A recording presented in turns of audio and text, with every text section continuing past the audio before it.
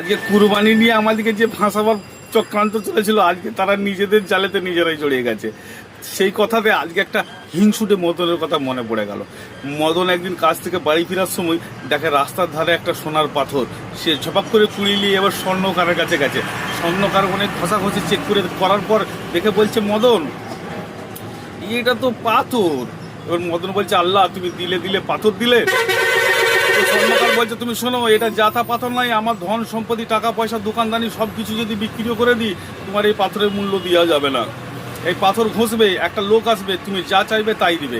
তখন মদন বলছে, আল্লাহ দিলে দিলে ভালোই পাথর দিলে, এবার শুধু ঘষবো আর মাল পাবো, আর কাজকর্ম করতে হবে না।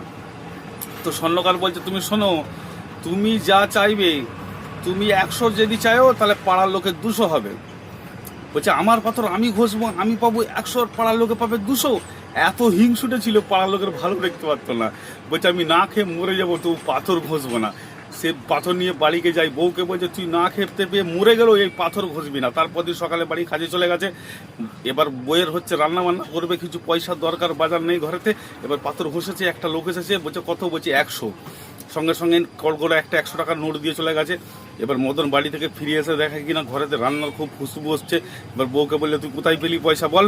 সে বলছে, আমি পাথর ঘষলাম, 100 চাইলাম, 100 দিয়ে গেল। সে ছুটে ছুটে মদন পাশের বাড়ি যে জিজ্ঞেস করছে, কেউ এসেছিল, কেউ কিছু দিয়ে গেছে? বলছে, হ্যাঁ আমি লুবো না, আমাকে জোর করে 200 দিয়ে গেছে। এবার সুজা বাড়িতে এসে বউকে মেরেছে এক চট ঠাঁটিয়ে। বলছে, তোর পাথর তুই ঘষলি, তুই পেলি 100, আর পাড়ার লোকের 200। না খেতে পেয়ে মরে যাবি, তবু কিন্তু পাথর ঘষবি না। এইভাবে দিন চলতে থাকে। একদিন খুব বর্ষাকালের দিন আসে এবং খুব ঝড় বৃষ্টির দিন। এবার পুড়ে ঘর দিয়ে তো জল পড়তে থাকছে। এবার বউ সে কষ্ট না সহ্য করতে পেরে পাথর ঘষেছে। ঘষতে আবার লোক এসেছে, বলছে আমার একতলা। মোটামুটি তাদের একতলা করে দিয়ে গেছে। এবার পাশের লোকে দেখেছে সব 2 তলা। এবার মদন বাড়ি ফিরে এসে দেখছে নিজেদের বাড়ি চিনতে পারে না।